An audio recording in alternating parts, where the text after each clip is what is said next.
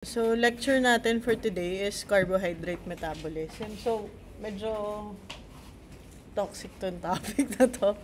So, unti-untiin lang natin. So, here are the objectives for today's lecture. We want to discuss metabolism ng carbohydrates, yung different pathways na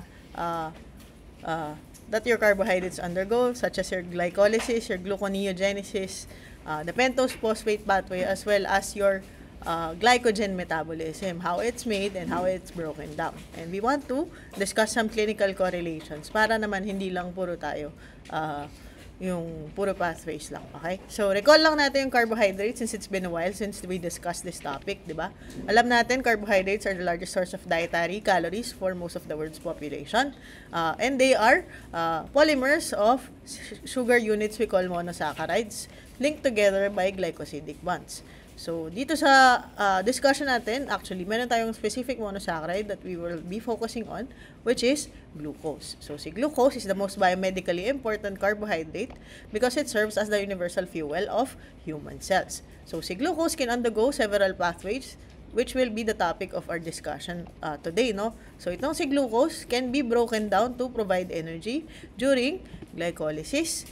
Your glucose can also become the precursor for synthesis of other compounds such as your riboses, your other monosaccharides, and it will provide that by going through the pentose phosphate pathway, or your glucose can also become as the raw material for the production of your storage polysaccharide, no, yung glycogen natin sa katawan. So, ito yung mga i-discuss natin today. So, pero itong glucose, syempre, hindi naman siya, pag kumain naman tayo, hindi naman siya glucose agad. Your carbohydrates, of course, has to undergo digestion. So, pag kumain ka, of course, yung pagkain mo, for example, kanin, dadaan siya sa mouth. So, sa mouth, anong nangyayari? You chew the food that you eat. So, you mechanically digest and make the food particles smaller, di ba? By virtue of mastication or yung pag-chew natin. So, habang lumiliit siya, at the same time, pag kumakain tayo, yung saliva natin contains what we call the salivary amylase. So, amylase, syempre, sa name pa lang, malalaman mo, amylase, it will digest amylose. Diba? Amylose is yung sa starch o yung carbohydrate polysaccharide ng plants galing doon sa kanin or kung anumang kinain natin, no? So, sa mouth pa lang, nagsastart na yung carbohydrate digestion because you have salivary amylase. And then, with the action of salivary amylase, yung carbohydrates mo na long chains of polysaccharides become shorter polysaccharides as well as some disaccharides such as your maltose, sucrose, and lactose. And then, pagkalunok mo ng pagkain mo, dadaan siya sa stomach. Sa stomach, tandaan, walang carbohydrate digestion na nangyayari kasi the stomach is the primary site of protein digestion. So, ang nangyayaring digestion lang dito, as far as carbohydrates is concerned, is yung continuous activity ng salivary amylase. Pero, syempre, dahil acidic yung stomach, titigil din yun dahil your amylase is a protein. So, may inhibit siya nung pH nung stomach natin. So, if your food is done digesting in the stomach, pupunta na siya sa small intestine. And that is where your carbohydrate digestion will continue. So, sa small intestine, doon nire-release, particularly doon sa first part of the small intestine, yung duodenum, doon nire-release yung pancreatic digestive enzymes. So, the pancreatic digestive enzymes will facilitate the hydrolysis of your long chains of polysaccharides into disaccharides. So, kung kanina may mga shorter chains ka ng polysaccharides at some disaccharides, pagkatapos niyang dumaan sa digestion in the small intestine, yung polysaccharides na yun, lahat sila magiging disaccharides na lahat. So, itong mga disaccharides natin, na-discuss natin to, di ba? So, itong disaccharides natin will now go into the intestinal lining, no? Yung sa intestines kasi natin, yung mga lining natin, di ba, meron silang folds kasi para tumaas yung surface area to facilitate better absorption. So, itong mga folds na to, meron pa siyang mga microvilli, yung tinatawag nating brush border, at doon natatagpuan yung brush border enzymes or yung disaccharidases. So, yung disaccharidases, they are the enzymes that hydrolyze your disaccharides. So, maltase will hydrolyze maltose, sucrase will hydrolyze sucrose, and lactase will hydrolyze lactose respectively. So, pag na-hydrolyze niya yung specific disaccharides, di ba? Your maltose will become 2 molecules of glucose. Your sucrose will become 1 glucose and 1 fructose. Your lactose will become 1 glucose and 1 galactose. So, until yung lahat ng disaccharides mo maging component, monosaccharides na lang sila lahat. So, pag naging monosaccharides na sila lahat, pwede na silang i-absorb through the lining. So, kung kanina dinigest sila dito, papasok na sila ngayon sa intestine via active transport, and then, pwede na silang, i-transmit to the blood para i-distribute kung saan sila kinakailangan. Okay? So, ganun yung nangyayari during carbohydrate digestion. So, pag na-absorb mo na yung glucose mo in the blood, no? Syempre, it will now undergo metabolism kung saang cell man siya matatagpuan. So, your glucose has several different pathways, no? So, yung pangalan kasi ng mga processes natin sa carbohydrate metabolism, magkakatunog sila kasi they're all referring to the same thing. Pero magkakaiba lang sila ng ginagawa. So, your glucose, when you break it down to form energy, you undergo glycolysis. Kasi nga, pag lysis, di ba, that's breakdown. So, you break down your glucose to form pyruvate, which can become acetyl-CoA. And acetyl-CoA will enter the Krebs cycle, di ba? So, pag pumasok siya sa Krebs cycle, and then later on pumasok sa electron transport chain, marami siyang mapoprovide na ATP. So, yun kapag the goal is to make ATP, the process is glycolysis. And then, if pyruvate na siya, pwede rin siya actually bumalik sa pagiging glucose. And how do you reform glucose from pyruvate or from other non-carbohydrate substances? You undergo gluconeogenesis. So, gluco is referring to glucose, neo is new, and genesis is creation, diba? Or generation of new glucose. So, when you want to make new glucose, you undergo gluconeogenesis. Okay? Next, your glucose can also be stored in the form of glycogen, di ba? Yung glycogen natin is multiple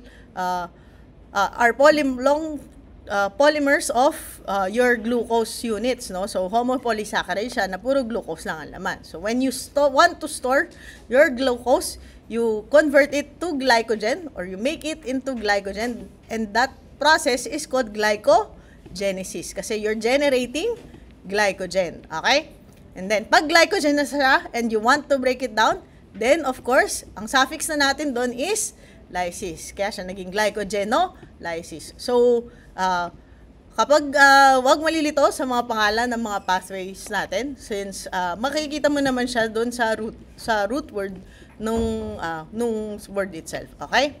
So, let's start with the first pathway, which is, of course, glycolysis. So, glycolysis is a pathway also known as the Embden-Meyerhof-Parnas pathway, named after the people who discovered it. So, si glycolysis pathway is a pathway that converts glucose to 3-carbon compound to provide energy. So, the goal of glycolysis is for energy production. And in the process, it will generate a 3-carbon compound known as pyruvate. So, pyruvate is the end product of your glycolysis.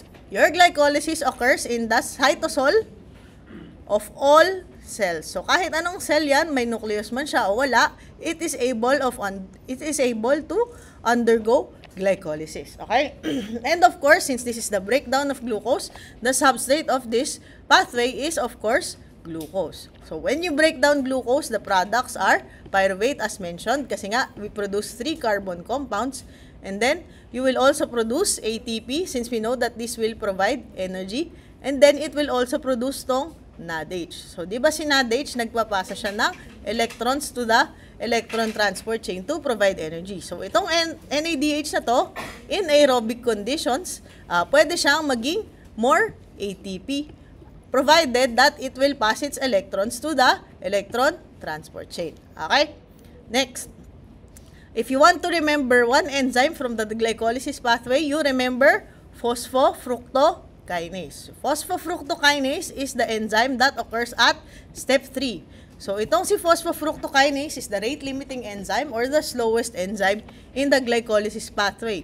It is also a major control point kung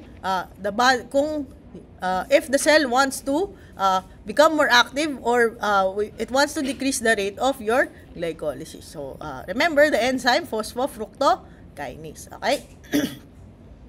Next. So, dun na tayo sa steps ng ating glycolysis pathway.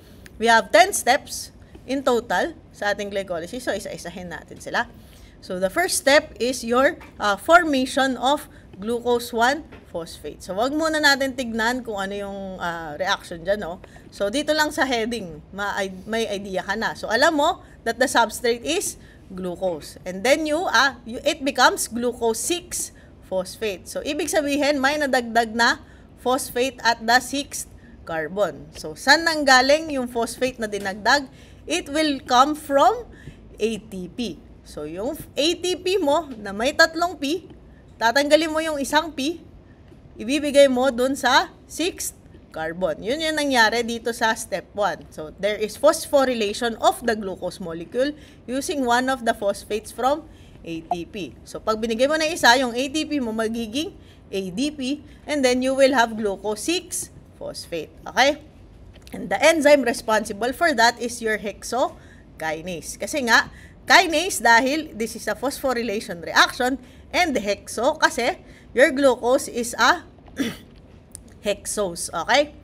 So, dahil hexose si glucose, it can undergo, it can be acted upon by your hexokinase. So, dito sa step na to, ATP is invested. So, gumamit tayo ng ATP. So, contrary to the goal of glycolysis, di ba sa goal ng glycolysis is to form ATP. So, ang gusto natin, yung ATP, rather than nandito, dapat nandito. Pero dito, nagpuhunan ka, nag-invest ka, so, umutang ka ng ATP in order to produce more ATP in later steps. So, in this step, ATP is invested. So, if you are asked kung ilan ang net energy sa step 1 ng glycolysis, the net energy is actually -1. Kasi, umutang ka ng isang ATP. Hindi ka pa nagpo-produce ng bagong ATP to provide to the other cells. Okay? Next, doon na tayo sa step 2. The step 2 is an isomerization reaction. So, pag tinanong kayo kung anong klaseng reaction ang meron sa Krebs cycle, pag di nyo alam ang sagot, isomerization. Kasi maraming isomerization reactions in the glycolysis pathway rather. So, sa step 2, there is formation of fructose 6-phosphate. So, kanina, ang product ng step 1 is glucose 6-phosphate. So, when you form fructose from glucose, alam natin, during the carbohydrate discussion, di ba? Yung mga monosaccharides natin, isomers sila ng isa't isa. So, itong si glucose is an isomer of fructose. So, when you want to convert glucose into fructose, i-rearrange mo lang. Kasi, di ba, yung bonds lang naman ang pinagkaiba nila. So, ano nangyari dito sa step na to? Phosphoglucoisomerase. So, makikita mo naman sa pangalan ng enzyme kung ano yung nangyari. So, phosphoglucoisomerase will rearrange the glucose 6-phosphate from a 6-membered into a 5-membered ring. So, yung isang O na to, on the glucose 6-phosphate will bind to the second carbon. Tapos ito, mawawala na to, bond na to, kaya itong 1 na to, carbon 1 and OH magiging ganito na siya. Okay? So, ganun yung nangyari dito sa step 2. There is just rearrangement. Okay? And the enzyme is phosphoglucoisomerase. Okay? Next. Dito sa step 3, we will undergo formation of fructose 1,6-bis phosphate. So, alam natin, the previous product is your fructose 6-phosphate. So, ano nagbago sa pangalan niya? Nagkaroon ng isa pang 1 at naging bis-phosphate siya. So, ibig sabihin, dalawa yung phosphate sa magkahiwalay na lugar. So, ibig sabihin, yung 6 mo, yun na yung kanina, may nadagdag na phosphate at carbon 1. So, ang nangyari dito, of course, ibig sabihin, may dinagdag na phosphate, merong phosphorylation reaction. At saan ulit nanggaling yung phosphate na yon? It comes from another molecule of ATP. So, pag binawasan mo yung ATP ng isang P, magiging ADP na lang siya at yung P ni phosphate will be added to carbon 1. Okay? So, magiging fructose 1,6-bis phosphate siya. Okay? So, and the enzyme responsible for this one is phosphofructokinase. Okay? Kinase kasi it's a phosphorylation reaction.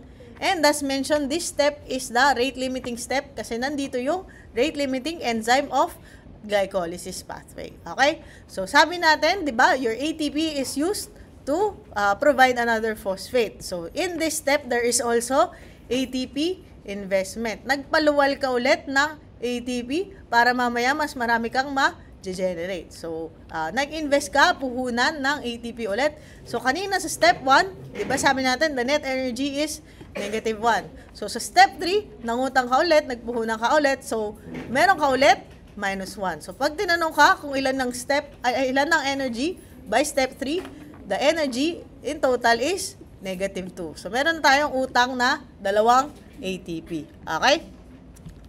So, next. Doon tayo sa step 4, which is the formation of a triose phosphate. So, triose, if you recall, di ba, sabi natin, yung ating mga monosaccharides can be classified according to the number of carbons. Hexose C, glucose, pentose C, ribose. So, pag triose, ibig sabihin, 3 lang yung carbons no monosaccharide mo. So, in this step, your fructose 1,6-bisphosphate, which is a hexose, will be divided into 2. It will be cleaved into 3 carbon molecules. Kasi 6, siyempre, divided by 2 is 3. So, itong upper part will become dihydroxyacetone phosphate and the lower part will become glyceraldehyde 3-phosphate. And the enzyme responsible for that is a lyase called aldolase. Okay? So, next. Dun sa susunod na step, there will be isomerization of the triose phosphate. So, itong si dihydroxyacetone phosphate at saka si glyceraldehyde 3-phosphate, yung products kanina, ito, 'di ba?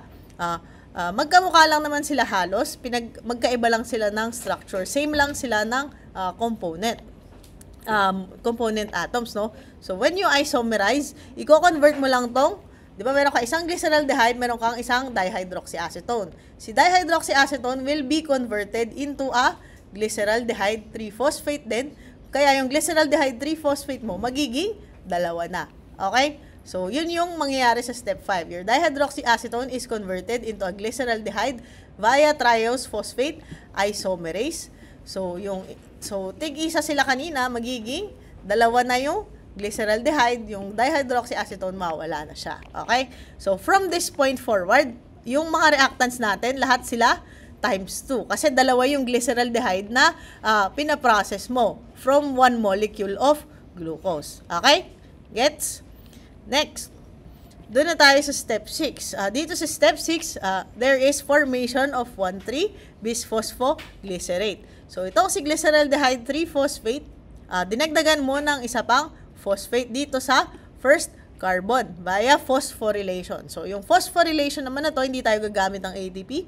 We will just use a straight inorganic phosphate. Okay? And there will also be oxidation because the enzyme being used is glyceraldehyde 3-phosphate dehydrogenase. Okay?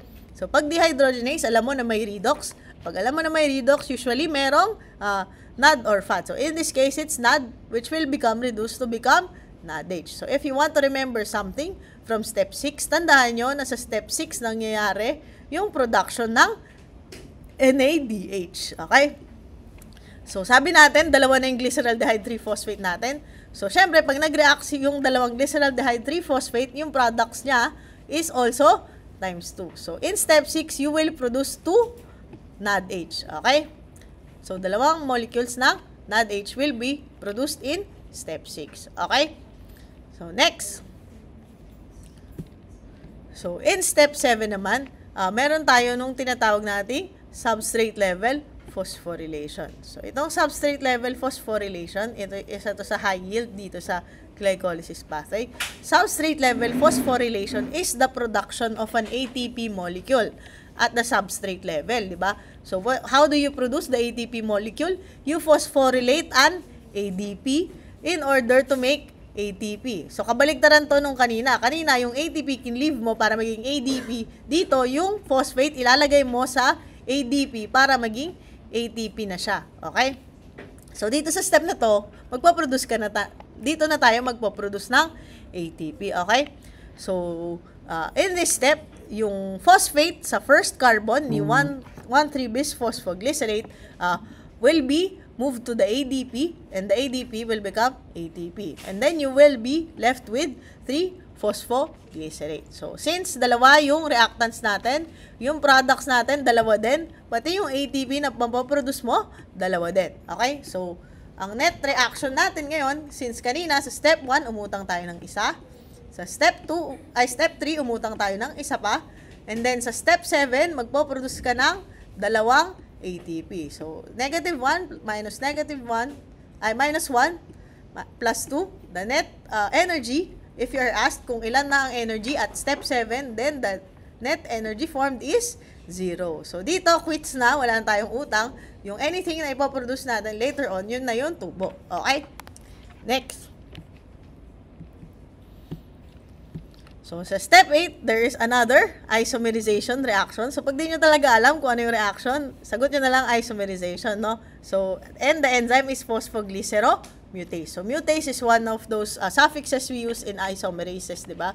So, pwedeng isomerase, pwedeng mutase. Alam mo na, isomerization reaction siya. So, in this step, yung phosphate sa number 3, sa third carbon, if 3-phosphoglycerate, will just be transferred to the second carbon. So, ganun lang yung step 8. Doon na tayo sa step 9. So, sa step 9, unique yung reaction na to. Walang ibang gantong reaction sa glycolysis.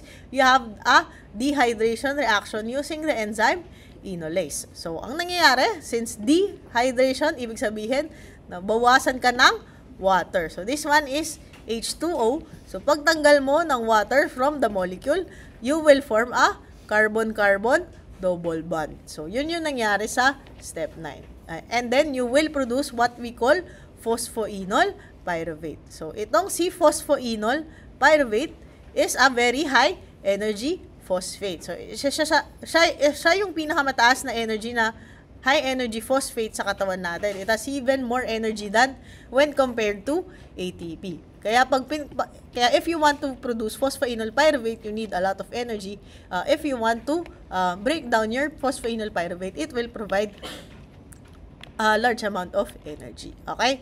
So, si phosphoenol pyruvate is then metabolized in step 10 wherein we will form pyruvate. So, sa pyruvate, meron tayo ulit substrate level phosphorylation. Diba? Sabi natin kanina sa step 7, yung substrate level phosphorylation is the phosphorylation of the ADP molecule in order to become ATP. So, dito, pag substrate level phosphorylation, ikaw na yung gumagawa ng ATP. And the enzyme responsible for this reaction is your pyruvate kinase. So, si pyruvate kinase will facilitate substrate level phosphorylation of the ADP molecule using the phosphate from the second carbon of your phosphoenol pyruvate. So, itong yung phosphate will attach to ADP, it will become ATP, and you will be left with pyruvate. So, itong si pyruvate, yung end stage na end product ng ating glycolysis pathways. Kasi sabi natin, di ba, 10 steps lang. So, this is the last step. You will have your pyruvate, which is a 3-carbon molecule times 2, di ba? So, dalawang pyruvate yung end product ng glycolysis pathway. So, in this step, we will also be, yung ATP natin, di ba, times 2 rin to. So, pag tinanong ka, anong net energy production ng glycolysis pathway, in step 1, minus 1. Step 2, minus 1 ulit. Sa step 3, di ba, meron kang plus 2. And then, sa step 10, meron ka ulit plus 2. So, anong total amount of energy mo? 2 lang. Okay? In glycolysis pathway, the net amount of energy produced is 2. Okay? So, next. Let's go through the control points of your glycolysis pathway. Paano nalalaman kung bibilis, kung i-increase yung rate of glycolysis, paano nila pinapa-increase or pinapa-decrease yung rate of glycolysis? There are 3 steps in which glycolysis pathway is controlled, no? The first step is your hexokinase.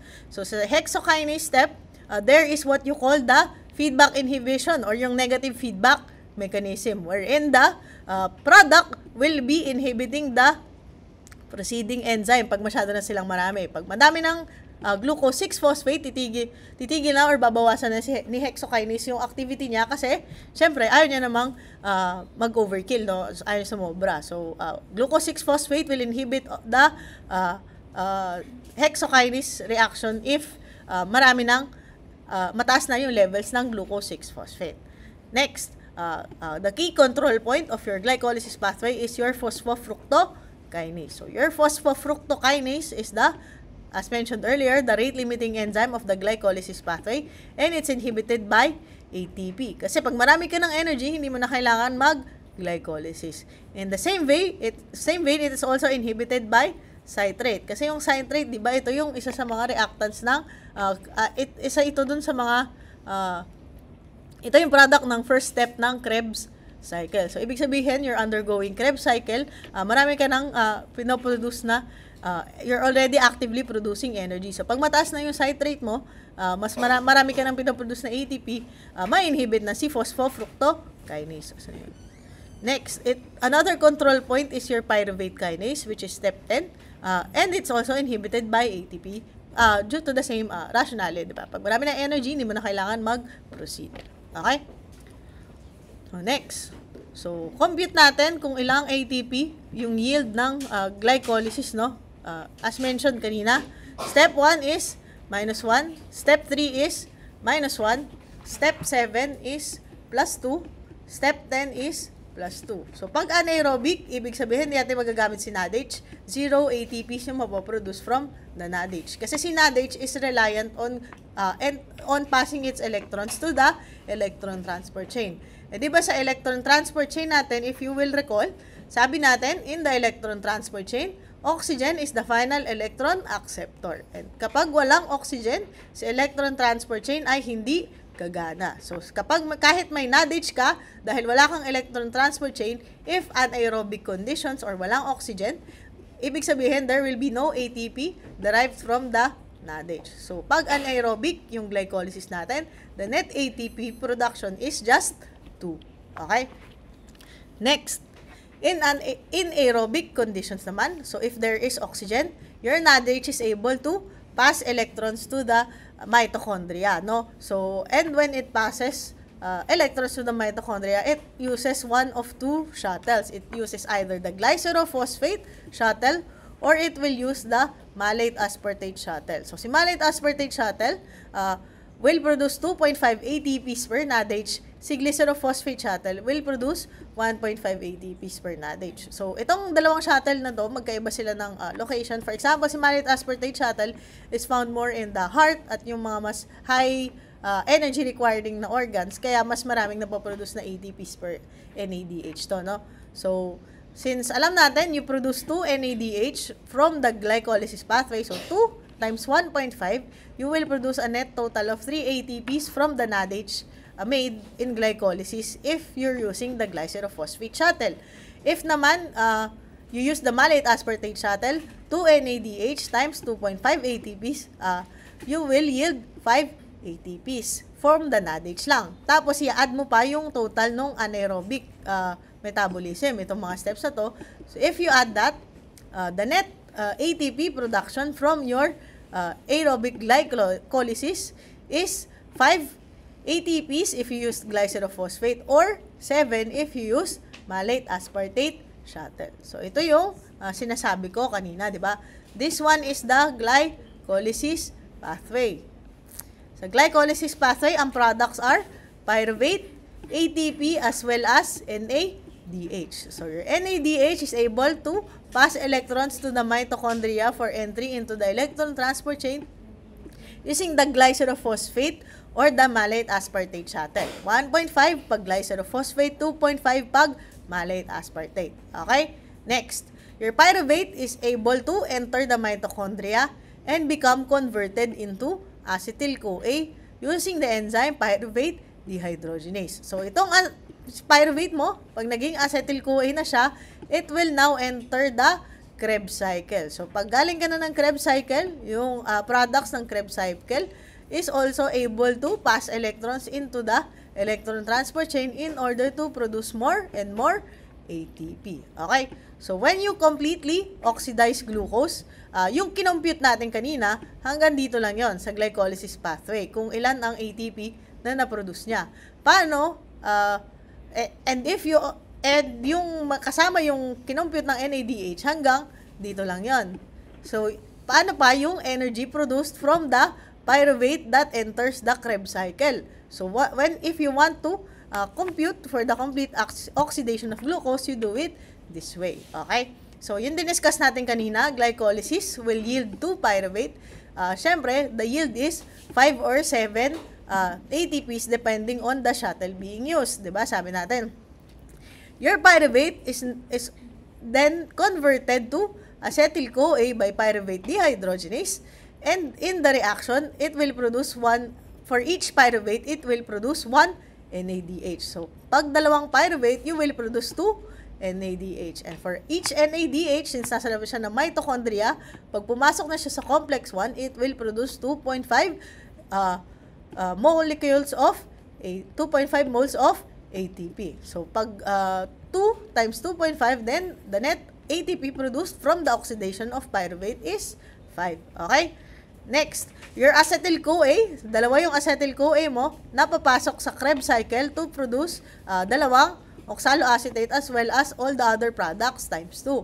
So, kung dalawa yung acetyl-CoA, dalawa yung oxaloacetate, if you recall dun sa Krebs cycle discussion natin, for each turn, you will produce 3 NADH, isang FADH2 at isang GTP. So, since times 2 yung reactants mo, times 2 din silang lahat, ang magiging total amount of ATPs produced from one glucose going through the Krebs cycle is 20. So, when you add all of them up, ang total amount of oxygen produced via the complete oxidation of glucose is 30 or 32. So, tandaan, if you are undergoing oxidation of pyruvate Krebs cycle and then later on entering the electron transport chain, this happens only in aerobic conditions. Kasi nga, sabi natin, the oxygen is the final electron acceptor in the electron transport chain. Pag hindi aerobic, hindi gagana si electron transport chain, you will not be able to derive energy from the NADH and the FADH2. Okay? Next. So, sabi natin kanina, your pyruvate is converted by acetyl-CoA using your pyruvate dehydrogenase. Pero to si pyruvate actually, marami siyang pwedeng kapalaran, no?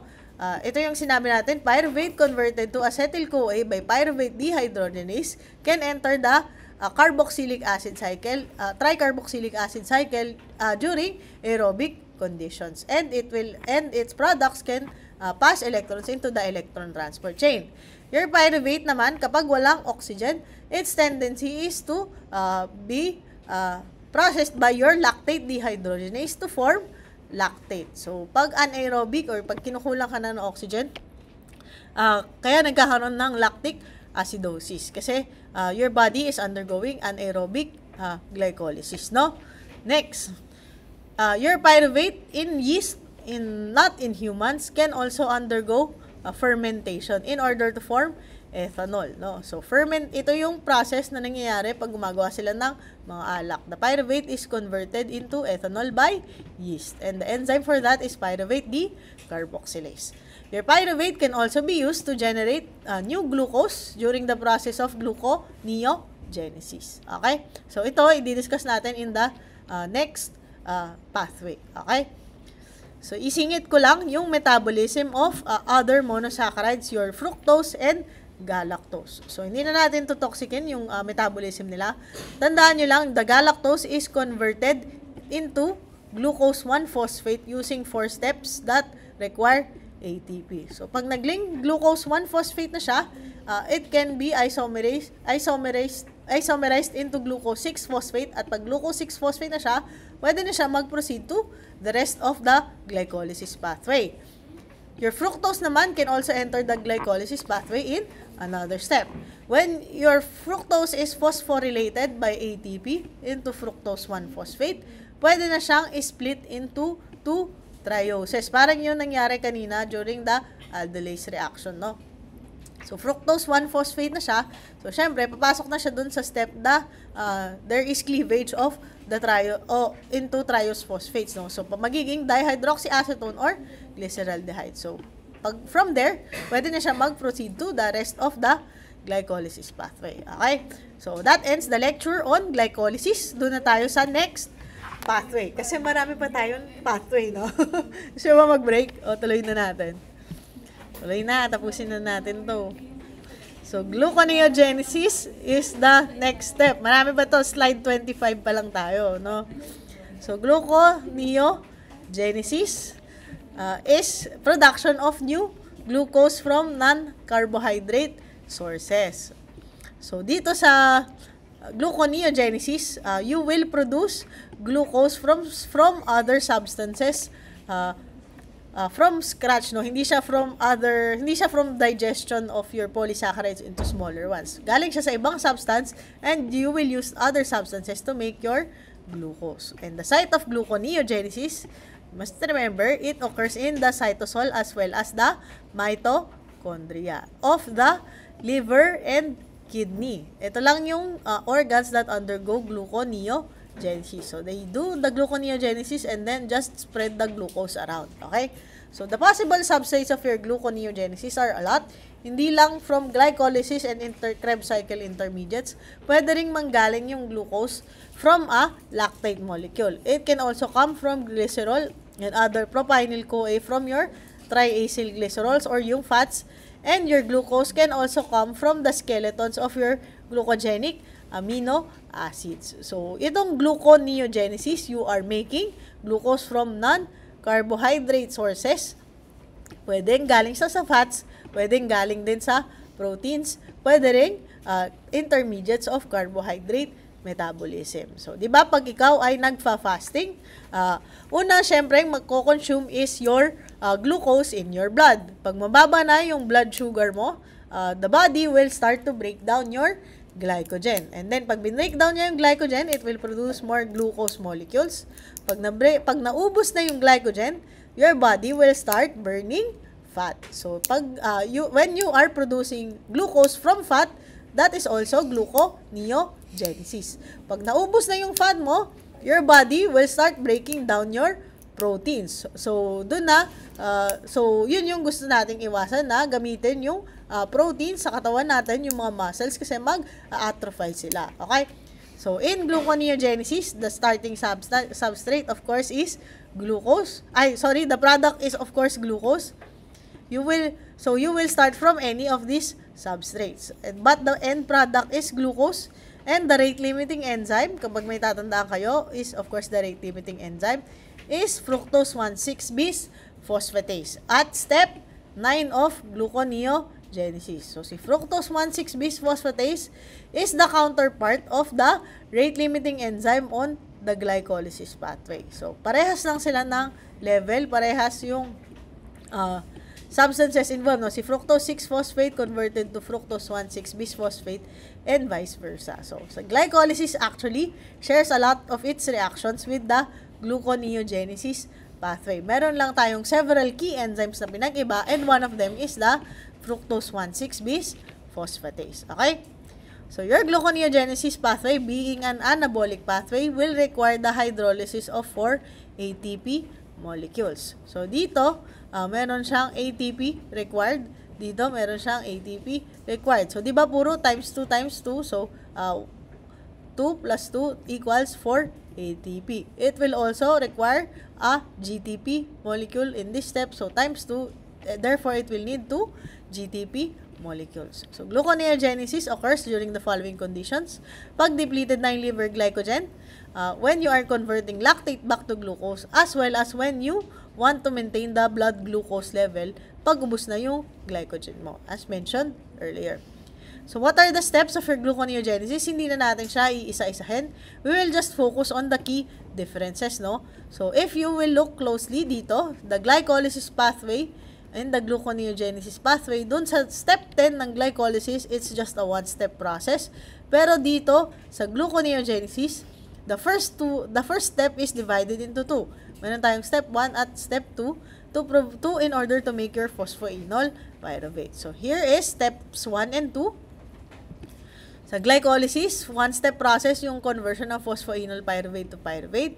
Pero sa gluconeogenesis, it is equivalent to 2 steps. So, pyruvate is first converted into oxaloacetate by the enzyme pyruvate carboxylase. And then your oxaloacetate is converted to phosphoenol pyruvate by your PepCK or your phosphoenol pyruvate carboxykinase. So, bakit two-step process sa gluconeogenesis? Kasi sabi nga natin, the phosphoenol pyruvate is a high-energy phosphate that has even more energy than your ATP. So, para ma-produce mo yung required amount of stored energy doon sa phosphoenol pyruvate mo, kailangan mo invest ng ATP equivalent. So dito mag-i-invest ka ng ATP, dito mag-i-invest ka ng GTP. So the first reaction is pyruvate to oxaloacetate using pyruvate carboxylase. Since carboxylase siya, this reaction will require biotin. Okay? This enzyme will require biotin. So another B, vitamin. Next, in the next step, your oxaloacetate will react with a GTP in order to regenerate now your phosphoenol pyruvate. Okay? So yung intermediate dun sa dalawang reactions na yon is of course your oxaloacetate. And if you recall our discussion during the Krebs cycle, citrate is the starting substrate to make oxaloacetate. So siya yung product dun sa last step ng Krebs cycle, no?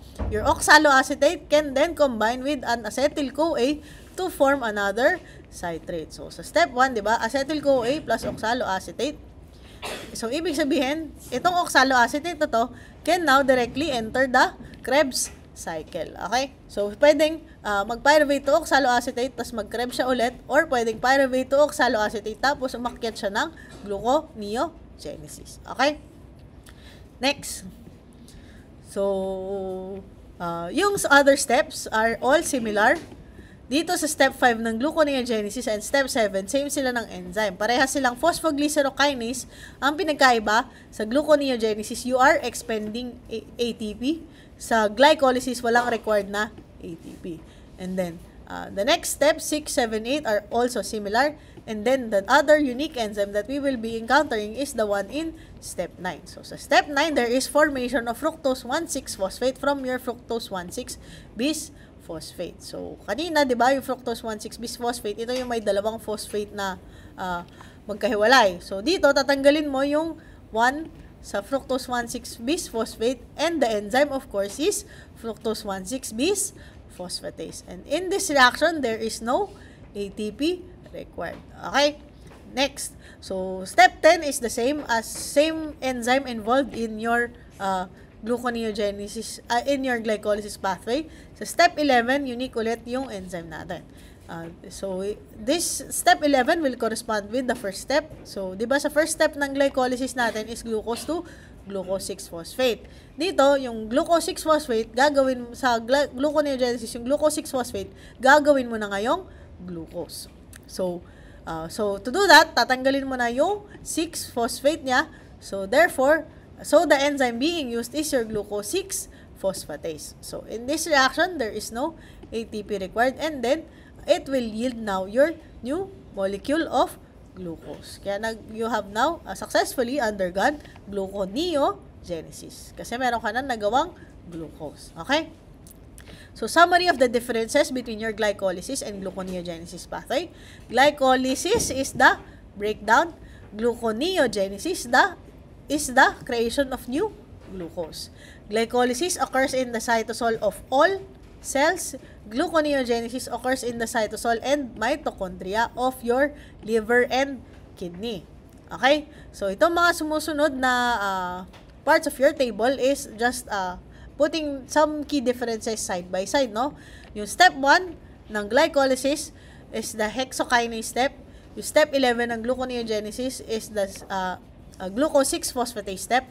Yung key difference between the two of them is hexokinase needs ATP, glucose 6-phosphatase does not. So, kapag yung enzyme nasa glycolysis needs ATP, yung counterpart niya does not need ATP.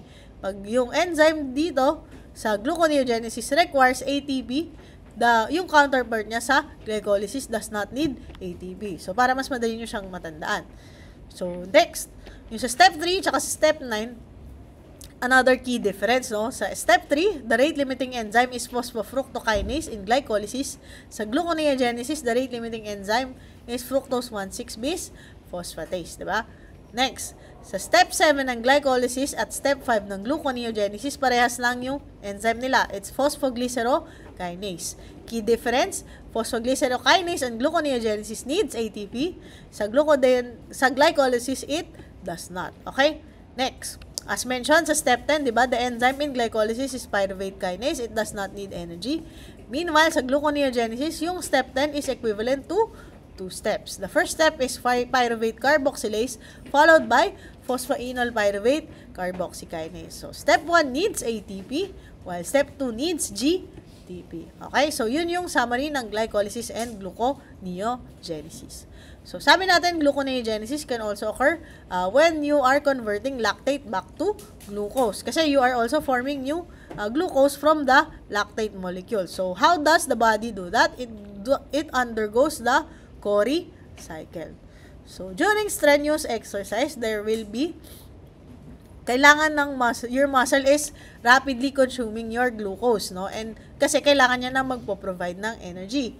And kung yung glucose mo dadaan siya ng Krebs cycle, etc., medyo matagal-tagal yon compared to when you just undergo glycolysis, tapos na. So tendency ng exercising muscle is to undergo anaerobic glycolysis, no?